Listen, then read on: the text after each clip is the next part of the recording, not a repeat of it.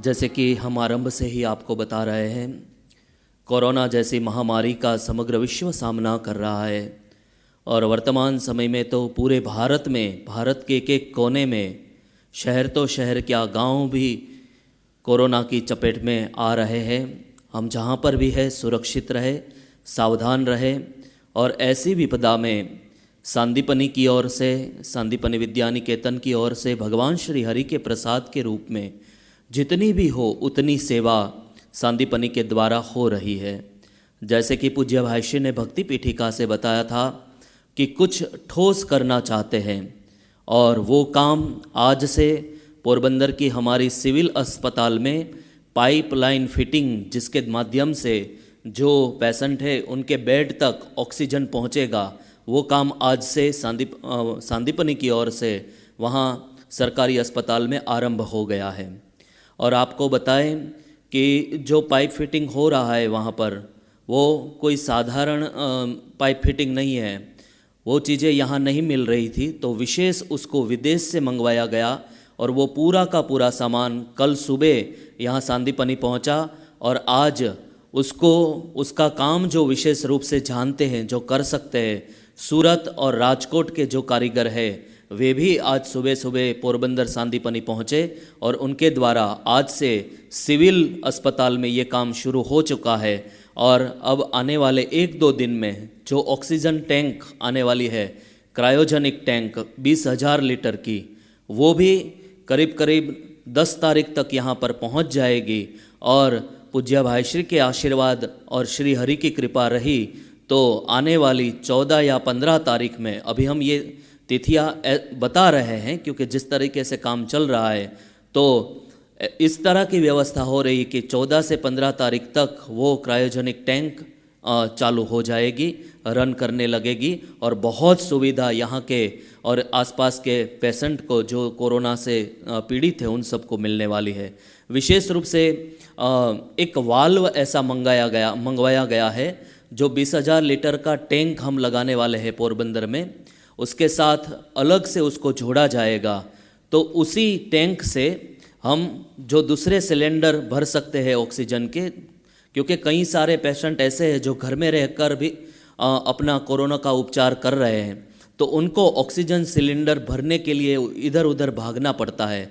तो वहीं से ऑक्सीजन टैंक से ही वो अलग से वाल्व से वो अपने सिलेंडर भी भर सकते हैं। तो ऐसी व्यवस्था यहाँ से की जा रही है और अविरत कल से सांदीपनी की ओर से प्रभु प्रसाद के रूप में अन्न कीट वितरण का आरंभ हो गया है।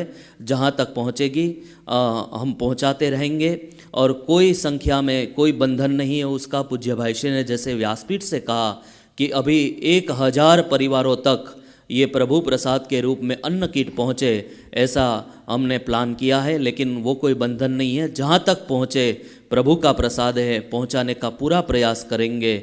बस करुणा की धारा बह रही है और जिनको ज़रूरत है उन तक पहुँच रही है। ये सांदीपनी परिवार की ओर से, सांदीपनी विद्या निकेतन की ओर से, पूज्य भाई श्री के निश्रा में और पूज्य भाई श्री के सत्संकल्प से ये सारे सेवाकीय कार्य यहाँ पर हो रहे हैं। कुछ बातें यहाँ से आपको जानकारी के रूप में बताई गई।